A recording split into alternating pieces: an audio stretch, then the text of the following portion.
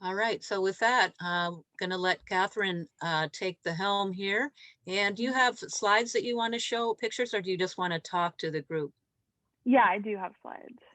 So All right, so I'm going to come out of the share and make sure that you can share. Okay, see if you can share your screen. Yeah, can everyone see that? Yeah. Okay, great. Now it's loading. Okay, here we go. So the basic idea of the project is that it's like 2 weeks, and the first week is going to be a self-portrait, just a drawing from observation. And today I'm going to talk about that a lot. And then next week, we're going to be doing the self-portrait in color and probably paint, but like obviously whatever medium you have on hand is great too. And so in that week, I'll be talking about like color theory and paint mixing. And so just to go over more what we're doing today, first I'm going to give just a presentation of different artists and their self-portraits just for some inspiration. And then I'm going to talk about composition a little bit because I want that to be like one of the main focuses of this project. And then the second thing I'm going to talk about is just the process of like drawing a portrait from observation, which is very different from doing like a photograph because you're dealing with like translating 3 dimensions into 2. So I'll give some tips and advice on that. And anyone can stop me at any time if you have any questions. So. All right, so first, of course, I have a eternal love for Pierre Bonnard. So I have a lot of his paintings in here. He actually painted from memory. He would do like a sketch in person and then would do the color from memory. And his work is just so strong and just so beautiful with the colors and everything. Here's another one by him. He did a lot as he got older of just self-portraits in the mirror. And here's one of a girl with a cat. And again, because I want composition to be just like a big thing in this project, yeah, and this one has a particularly strong composition with just like the big circle at the bottom here, and then the way the 2 figures are set up is just really cool. And then also I talked a lot about Freud in my last presentation. So here's one of his really famous prints. And here you can see he's getting into all like the mark making and just showing the ways that like the skin, it folds around and the wrinkles and all of that in this one. And then here's a self-portrait that I love. I just think this one is so dramatic and just striking. And the way he has like the shape of the shadow here is really cool, which I will talk more about later too, actually. And here's another one he did. Oh, I like again, that. just like, yeah, the ones of this woman are really cool. He's just very into the very, very close observation, as you can see, and just trying to capture exactly what he's seeing. Here's a painting by him. Wow. You can see how he's just like laying down like shapes of color. He would mix one color at a time and then put it down and then mix the next color and like put down like one brush stroke and work like that. Is it you can oil? really see. Sorry? Is it oil? Yeah, it's oil. Okay. And he did a lot of his mother in her old age. And all of these are very, very just touching and beautiful. Included one of those. And then here we have Paul Gauguin, who is also another artist that would do a bunch of sketches and then work from memory, which will be one of the things I'll touch on in next week. So that's why I included him in this project. He thought that memory like clarified his vision, which is why he worked that way. Here's just like a very traditional portrait he did when he first went to Tahiti. Here's one of my favorite ones of his. It's very beautiful, simple. And ooh, the quality of this photo is not great. But Alice Neal is more contemporary artist from New York that would paint like all these different like very New York people around her. So there's one of hers. Here's another one. And then here we have Kathy Kollwitz, And her drawings are just incredibly beautiful and just very, very emotional in the way that she renders things. This self-portrait I really like too, because the composition, the way that she has her arm coming up, and you can see her like in the process of making this drawing. And this one I came across when I was researching stuff, and I was just like blown away because I'd never seen it before, but it's just so emotional and intense in the way she's done it. And here's another self-portrait by her that I've actually copied like the composition from. That's something I recommend doing. I tend to borrow compositions from other artists a lot. And just like how she set up the portrait with like the hands in it. That's always a good way to make your self-portrait really interesting, is to include one of your hands, because hands are just very expressive, and you can see that a lot right here. And then here we have Egon Schiele. I don't know much about his artistic practice, but I just think his paintings are really beautiful. They are. Here's this one too. And then of course we have Rembrandt. This one is just like the classic, a lot of personality in this drawing, which is what I like about it. And again, like the way that he renders the marks here are really interesting. And just that he's like coming up with like a language to describe what he's seeing. And here's another one.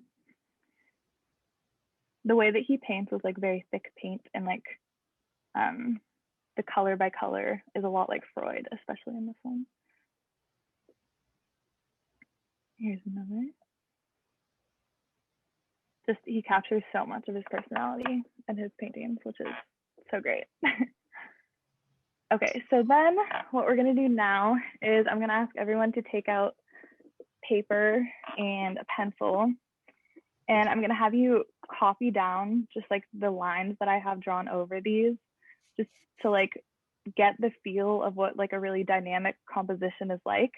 And just to like explain why I'm suggesting this is it's something I've always done to try to learn interesting compositions, just because it mimics the process of like taking notes and like having that like help it get in your brain better type thing. So like actually just drawing these out I find really helpful. So I'm probably gonna give like, I don't know, maybe 3-4 minutes for each one.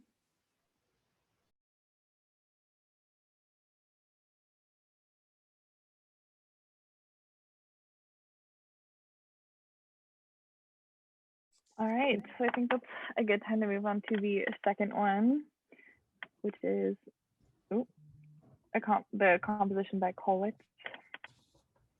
And again, on this one, just the heavy red lines, just drawing like the basic overall shape. And I'll start another timer.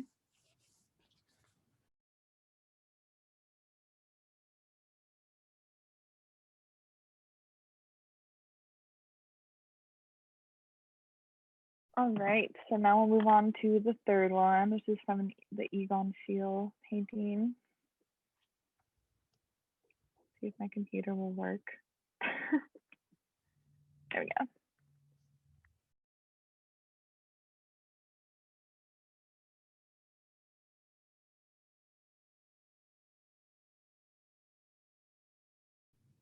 All right, so time's up for that one.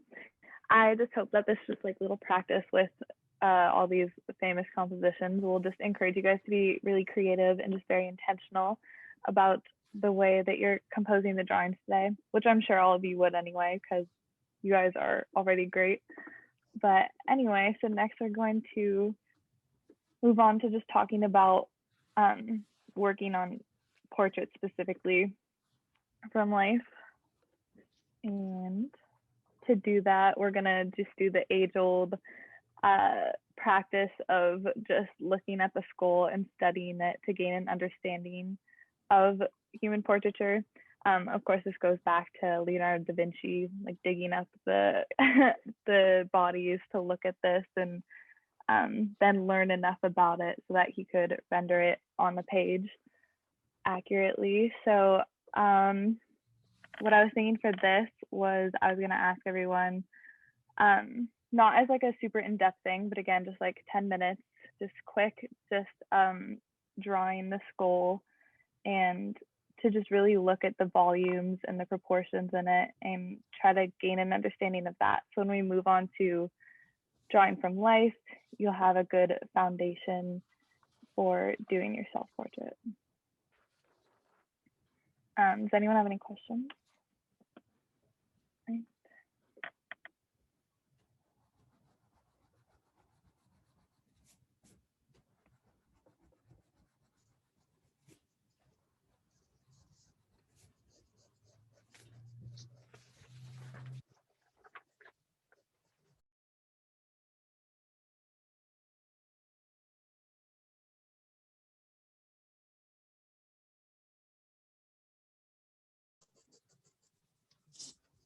All right, so that's been 10 minutes. It's okay if you guys aren't done. I'm gonna just ask everyone to stop there, and I'll stop my share for a second and just see if you guys wanna share what you've done and how this is going. Yeah, so you just hold up your drawing if you want to.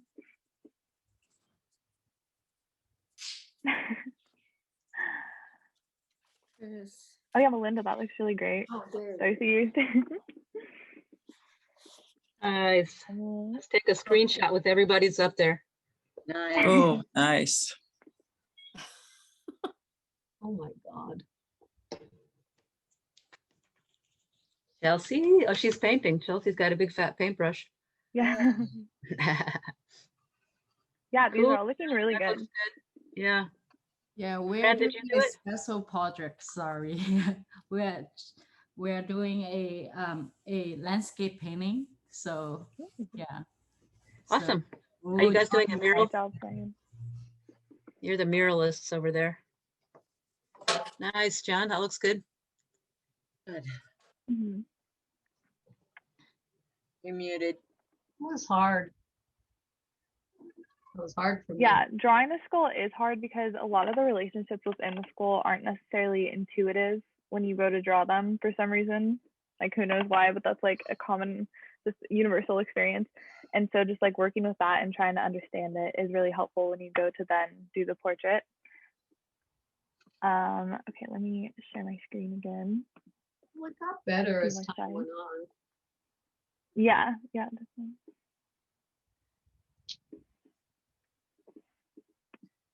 Okay, so I wanted to just revisit the Freud drawing of the man, just with the skull that I have drawn over it, just to show how when he really does his drawings, it's like he focuses on showing just like the heavy mass of the skull, like underneath all the surface features, because that is what forms everything on the surface. And so it's just really important to be looking at that. And then I also just wanted to real quick show just like a common error when with people that haven't done like a lot of portrait work is to underestimate the volume of the skull.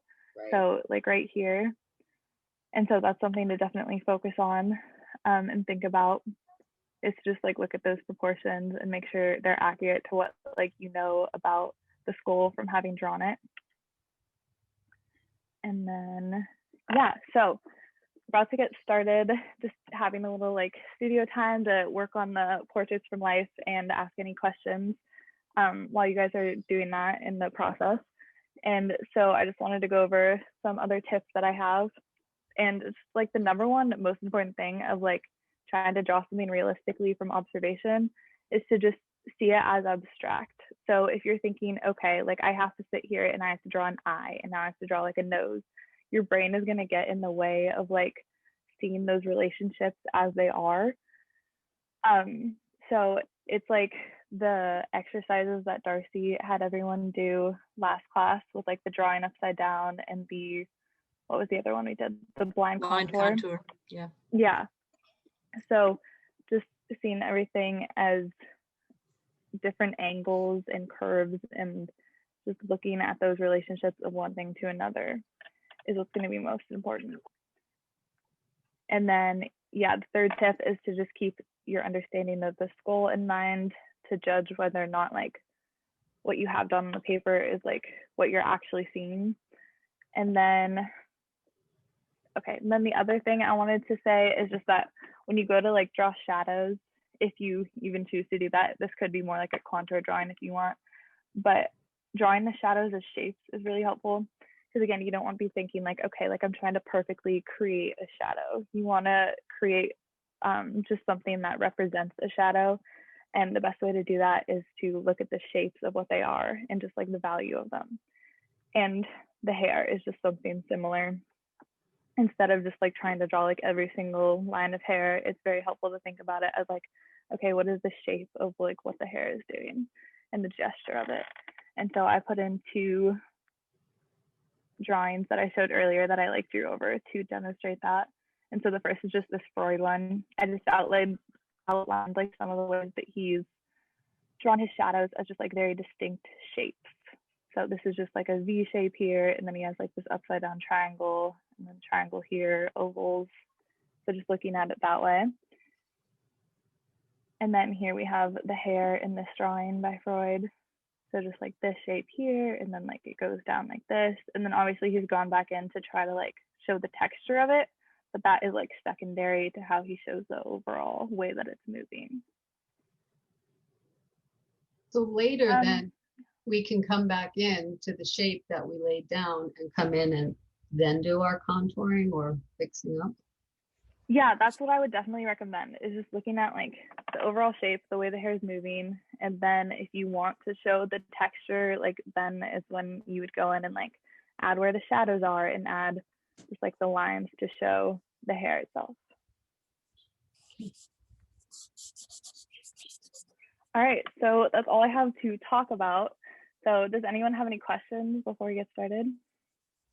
I thought of one thing that we talked about yesterday in our Friday class, because we're also looking at how to draw heads and stuff. And one of the things that was kind of helpful was like thinking of that skull, like even making maybe even drawing a quick circle on your paper about where that blob of the skull is, and then trying to make the jawline. And also we looked at if the head is turned or tipped, kind of like just know that. Like if you're going to take a picture of yourself and your head is turned sideways, you know, it's going to be different than when it's straight on symmetrical as when it's turned. And so you're just being aware of that and observing it, you know, how does that tilt affect the whole, the volume, I guess is what you'd say, and the line. So like if your head is tipped, your eye line will be tipped. I think we've talked about this in you know, classes a long time ago, but it's always something that you can work on ongoing. But those are 2 things that occurred to me, you know, just to how to approach this, this idea of doing the portrait in addition to what Kathryn said. Yeah, for sure. And always like a great way to like try to work those things out, those like problems out as you're drawing, is to use your pencil as like a measuring tool to measure like, okay, like what angle are my eyes at in relation to like the rest of my face or like the wall behind me or something. And then just like use those relationships. Or if you want to gauge like the distances between things in those angles, then you could also use your pencil to do that. So yeah.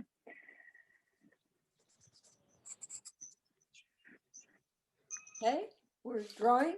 Cool. Yeah, so I hope everyone has a mirror that they have access to and can get set up to draw. I gotta go grab my mirror. I forgot to bring it to class. Sorry.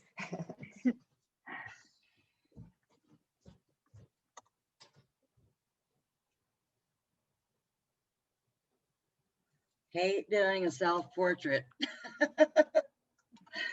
Now.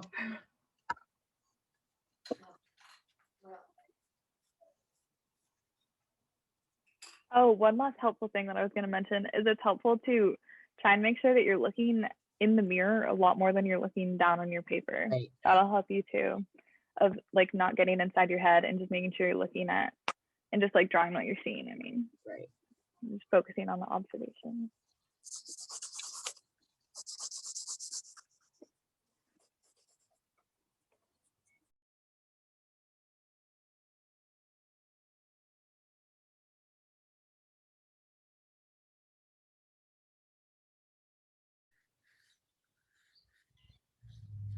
All right, so now that it's 3, but since somebody's phone just said that, I just wanted to ask you all to pause for a second so we could just check in about how this is going for everyone. Like what's difficult so far, like what's going well, what's coming naturally, what's more frustrating.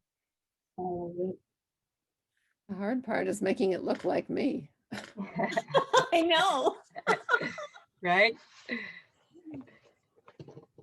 I found for that a lot of it is just like weirdly in the structure right here, like around the eyes, is a lot of where like likeness is. Right. I did like the skull and started with the eyes, face, and the nose, like right in here, and then was working my way down. And by the time I got to the lip, I had run out of what I had sketched where the chin would be. And I was like, oh, I'm way off of my proportions. So we just did some relining. Yeah. But it was Adjustments along the surprising way. how I just had like the tiniest little chin and mouth, you know. Yeah, I have a huge bulbulous head. You overcompensated for that thing we talked about. Pretty much. Well, I showed mine to Sandra and I asked her who it was. It's always a tricky thing. Of course, she didn't know. The stranger. Exactly.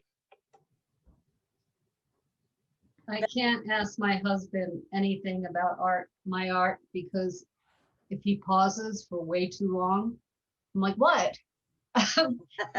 He expects me to come out of here with like a fine art piece, like I've been painting for 5,000 years. I was like, no.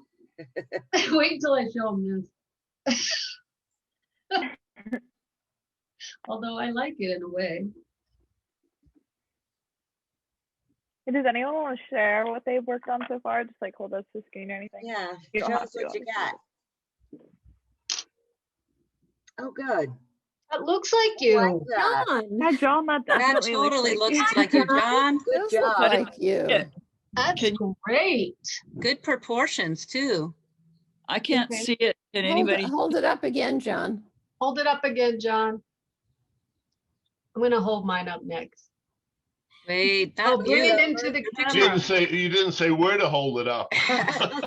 Oh, we can Front of the see Yeah, it. we camera. can't Let's see see, it. So can't- good. Perfect. Oh, Nice. Very good. good. Yeah, it looks Very really nice. good. You're getting there. Okay, here's Mhm. mine.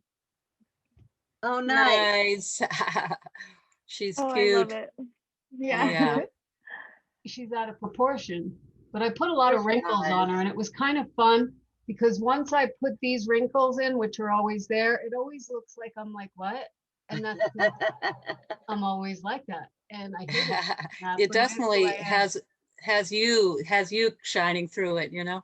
It does. Okay. Yeah, oh, for sure. Yeah, and this doesn't have to be the end all and be all the sketch in class either, you know? This is just a Oh, no, practice I'm thing. gonna keep working. Trying a to do while mine. since I had I'm not that Oh, great. good, Darcie. Kinda That's close. awesome. Nice. Who, I- see Darcy? Got a few proportional things that need some adjustment, but Wow. more or less going in the direction. Right One thing I direction. noticed I had a problem with is my favorite pencil. It's a 0.9 lead, but it was too thick to do the detail of the eye. So I was getting like it's like using a big thick piece of charcoal when I wanted a super fine line. So I wound up having to fight with that a little bit, but It's good. Okay. all right. Shirley's coming Oh, into Shirley, I view. love She's that. coming I into love focus. it. Cool. I can't. Keep it up there, Shirley. None of Yeah, it. that looks Hold it up. that looks Hold it up. good, Shirley. I love your hair texture They too. want you to Can put I it up show again. you a mask I did of myself? I have to tell you, this was easier than that. Really? Your portrait drawing looks very real though. Looks good. Anyway, Did you hold it up again, Shirley? what Your portrait. it's Good. too light. Yeah. I have to darken everything, but Mm-hmm. But it's kind of easier if you start light. That's one strategy, like, you know, to start light. And then as you think, I've got this kind of in the right place, then darkening. But you can do, not to say that's the only way. And you don't have to have, I mean, we're trying to learn drawing, so accuracy. But on the other hand, it doesn't have to be accurate. It can be stylized and caricature, as some of the examples that we saw with the other artists. There's realism, but yet it's so, it's a drawing. So take some liberties if you want, so that it's fun. Don't don't feel like judging yourself about your outcome, whatever it may be. No, You know- this really is fun. Thank you. Yeah. It really makes you concentrate and focus, which I think the Yeah. beauty of art is when you're part of process that we love as artists is when we're really focused and we're really, you know, the eye and the hand are working and the mind isn't like worried about the groceries or whatever, you know. Who else has someone? How's Melinda? Did you show one? Let's see yourself. Where are we? There we are. Yeah. Oh, there she is. Oh, that's Nice. looking so Nice. great. Oh, man. Beautiful. There you Yeah. are. Wow. Yeah. Excellent. Great. Looks great. I like mine. I actually like it. I was getting really mad, but then I got over it. Fran, Yeah. can you It's show an important part of yours? the process. I don't think it looks at all like Oh, me. good. Oh, nice, Pamela. Yeah. Oh, good. Let's see. And- Oh, Pam, that does have your essence. Are you using charcoal or a heavy pencil, Pamela? Charcoal and a pencil. That'll be interesting too, because each media that you would take on now, Kathryn's gonna have us work with paint next time. So each media you take on is gonna have a little different feel and look also. Now, Yeah. are we gonna, next time when we do for paint, are we gonna start from scratch? Oh, you mean and not like paint onto what you've done so Yeah. far? Yeah, Oh, yeah, that's what I was thinking. Was to like Good. use the drawing to use then this. do the drawing. I mean, do the painting. Excuse me. Right. Oh yeah, I'll explain that more later. But no, you won't be painting like exactly onto the drawing. Oh, okay. And Fran, you were in the middle of showing yours. Yeah. See, wait a minute, let me find myself here so I can see that I have it. Yeah, Right in front the of light you. washes it out there. She, it's Like kind of it. Good. Oh, there it is. awesome. Yeah, looks Good. good. It's light, a little washed out on the camera view, but oh yeah, I can see it coming into view now. I'm going to go light like she did the next time because then you could really come in and do other things. I just kept playing. Well, you can go either way, you know, like Kathryn said, there's no wrong answer on it. You know, her approach is to kind of focus on one piece at a time. I was talking about sort of a broad overview approach, light versus heavy contrast. You know, that's things you can try each of those maybe if you have time during the week, try whatever you didn't try, you know, just do a few sketches and try different approaches. Yeah, I like the proportions. Like I think doing the skull beforehand really helped because usually when I do portraits, my proportions are like all over the place. And this, I felt like, you know, I've got a lot of work to do on it, but I felt like the proportions were a lot better than I've done before. So I don't know, maybe they are, maybe they're not. And then there's that question of exactly, I mean, again, we're wanting to practice our skills and get mastery and control, but yet sometimes the so-called mistake or the thing that doesn't come out right makes the picture more interesting to look at. Something is like you might notice when you see a kid's drawing or something, or some of those blind contours and things that we did, you know, something that maybe you didn't do it on purpose, but it gives the picture character. So who knows, you know. This was good. It was fun. Thank you. Yeah. And Yeah. Kathryn, something you shared a couple of weeks ago when you came on, you were showing us your artwork. You had said you did a portrait of your mom. I remember fully what she looks like. And you said, oh, she doesn't like to see it because there's too many wrinkles, but I think she's beautiful. And that was such a beautiful thing because as I was drawing this, I'm thinking, well, girl, you know, you're not 20. It's like, put in who you really are. You're beautiful just the way you are. And I was remembering what you said. So all our words help. Yeah, Thank and you for also some of the drawings that Kathryn showed today, just like each artist has a different approach and a different style, but you can see there's like a lovingness involved in the relationship that the artist has to the subject, not personally, but in an artistic way, how they've followed every curve, whether it's like heavy weight or just age wrinkles or a strong shadow, but just the loving the doing of the just seeing what you see. We're not saying it's a pretty lady or a cute kid or something. It's just I'm seeing a block of light, and I like the part of Kathryn's lesson where she had us look at the big composition with the heavy kind of lines about where's the impact of my composition. I'm not looking at, you know, per se Darcie or Pat, maybe I'm looking at light and shadow and thick lines and thin lines. And I would really encourage people to, you know, follow up with Kathryn's advice there and her lesson there and do it that, you know, think of it that way as you're working. I've done these with landscape, but I've never done it with portrait where I don't look at the paper. And it's, I've loved it when I've done it with landscape because it always like blows my mind that it actually looks like what it is, but yet all I've done is look at the landscape. This one was, I love to work because like that. I kept wanting to look at the picture and making sure it was right, you know, and all that good stuff, which of course it's not. Yeah, I love that exercise too, Pamela, of just looking at the object and not the paper.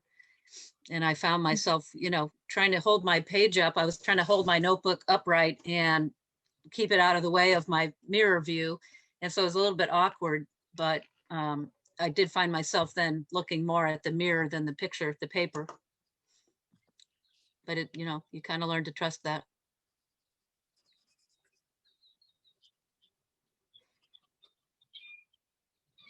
Did everybody show theirs? I think we saw everybody, right? Did you do one, Kathryn, today, or you're kind of at the helm, so you might not have done a drawing? Yeah, I did like a quick one. It wasn't very in-depth. I know what you mean when you're running things, sometimes you don't get to spend as much time like working on something. Wow. Cool. Oh, that was a real quick one. Yeah, oh gosh, so hasty. You shook the Excellent. brush. That's Well, great. I'm glad you, She's had a lot of practice. I'm glad you showed us that, because look at the heavy line that she's using. I love that. Now, was that in a pen? Is that a pen or a I was marker? in charcoal. Charcoal, okay, right. So Like looking at these charcoal, different hold it materials up choices again, of how the effect is going to be. Yeah, I was trying to get this fine line, as I was saying, and you know, maybe I'll try an experiment during the week, this heavy charcoal, and try just see how it works. Yeah, I love that. It Really looks like nice. I couldn't see it. looks like a marker. Sorry. Oh, Is show it it- again. I think was Pamela Yeah. trying to. Sorry. Yeah, I don't know why, but oh, nice. Yeah, beautiful. And you got the hand in. I was trying to think about, Yeah. I was, as I said, I was holding my notebook with one hand and my pencil with the other. And I'm like, how am I going to get the I hand in the know. picture? I completely forgot about including a hand. Me too. I didn't know how to do it by the time I remembered, so she has no hands. Like, I couldn't do it either. I'm going to try during the week to make it happen though, because I like that idea. I have a Including the hand. question, and it's not so much, well, it is. When you're drawing in a pencil, and you're trying to make it look like someone has lighter eyes, how do you do that with a pencil? Like, you know how I had a boyfriend who drew me when I was sleeping, and then he did a self-portrait in the mirror. He was always trying to get me to draw, and he made it so his eyes looked light blue, but it was just a pencil. How do you do that? Yeah, I would say just like, It must well, be the pupil maybe. yeah, just not shading in like the iris part is good. And then if you want to show any of like the distinctive marks, you know, that like irises have, then just you would do that just like very, very lightly. Okay. You Yeah, can try different and that'll pencil help out. weights too. Along, you know, we have the extreme of charcoal or black marker, all the way down to a 6H pencil where it's super, super light. So if you Right. really are deeply into the shading in a real super way, you can try out different pencil hardnesses to get the softest effect if you want something super light. Okay, But so yeah, this just was the a pressure, 5 the and amount of pressure you use is the basically. I used a 5 and a 6 today because that's what I grabbed from downstairs, but I should have probably did it too, huh? Well, you might want some of each, but you can try those things because you'll, you know, I find it I don't like the hard pencils. I think I tend to like a medium pencil more, or even a darker, because they leave like a impression in the paper, and it's kind of. But you know, if you're just setting up your drawing and you want to get that light one that's easy to erase, and you get some marks with your light pencil, or if you're trying to do some super soft shading, with that hard pencil. Those are super good. But then to get the more contrasty final shade, you might want to go to a softer one. Okay. Harder, thick. Thank you. A darker one. Thanks for that. I always wanted to ask that for a while. Yeah, so try some things. You know, these are, Kathryn gave us lots of different tools and angles to think about as we do this. So if you have time during the week, try some different approaches. That's what I'm going to try to do myself. And then, so for next week, Kathryn, what, not to jump ahead if you're wanting to wait, but basically what materials will students need to bring to class for their painting? Right. So just like paint, obviously, and then if you have a palette knife or something you could use as a palette knife too, that would be good. And then, yeah, just something to paint on. Doesn't So have to be no particular specific thing. They can paint on paper. They can paint on Yeah, it canvas, can be anything. board, anything they want. And the size is going to be up to you guys. And are they going to be, again, not to push you ahead of, you know, if you're not ready to, but I'm just trying to think if I were to set myself up, if I wanted a fairly big canvas, maybe I'm going to be looking at the mirror, or will I be working from my drawing? Anyway, how would I want to set myself up for my final painting? Right. So what I'm planning for next class is going to be a lot of just like talking about paint mixing and color theory. And so a lot of that is just going to be like exercises in that. And then based on timing, maybe we'll do the same thing as today and get started on the project itself. But what I'm going to encourage is to do the work from memory and from the sketch that you did before. So then you wouldn't need a mirror. Oh, cool. Okay. Gotcha. And do you care watercolor versus acrylics or whatever? Just for the color theory lesson, acrylics would probably be easier to work with. Cool. Yeah. Acrylics? I might not be able to be here. We have a wedding. Are you going to record it? Yes. Oh. Yeah, we'll record. We're recording today's session and we'll do the next one. So Kathryn will have a recording of her workshop. And also for students that weren't here, I did have other people who couldn't make it today asked to have a recording so they can catch up and see. They were eager to see Kathryn's lesson. And as I mentioned, like Paula couldn't make it and Gail was ill and Marianne. So yeah, we'll I'm going to be on the road next week, so I'm not really sure if I'll be here. So I'm glad we're going to record it. I want to show you what I've been working on. Nice. Wow. That looks Awesome. so cool. Playing. I love the contrast in it are really cool. And how like the graphicness of it is good. Mhm. Cool. Yeah, the shading gives up so much personality. It kind of pops off the page. Yeah, I really like the eyes. I'm surprised because I usually have never, you know, I really think, you know, maybe I got my eyes because I was really staring at my eyes. But yeah, that's kind of a trip. I like that. And then transferring it to paint from drawing as we talked about with different materials. So that should be a fun, you know, it'll be great to learn a lot from that and just that experience of kind of feeling it out with a pencil, but then transferring that whole idea into paint. So we're going to take what we're doing today and we're going to put it into acrylic. Yeah. Okay. It'll be the base of, it'll be the resource material for the painting. Yeah, resource, exactly. I just want to, like, if I'm not going to be here, if maybe I on it ahead of time or something. But like I said, I don't really know yet. Yeah, just work with what the lesson so far, and then if you're able to come, great. And if you're not, then you can watch the video and then proceed after that, after you've seen the next workshop. Yeah, it was very helpful. Thank you. Yeah, thank you. I'm glad. Yeah, thanks everyone for your engagement too. It's been exciting. So where do you find great the lesson. video? Really Because appreciated it, Kathryn. Really helpful and interesting. I love the examples that you showed us and the especially that compositional heavy lines, I think was really helpful too.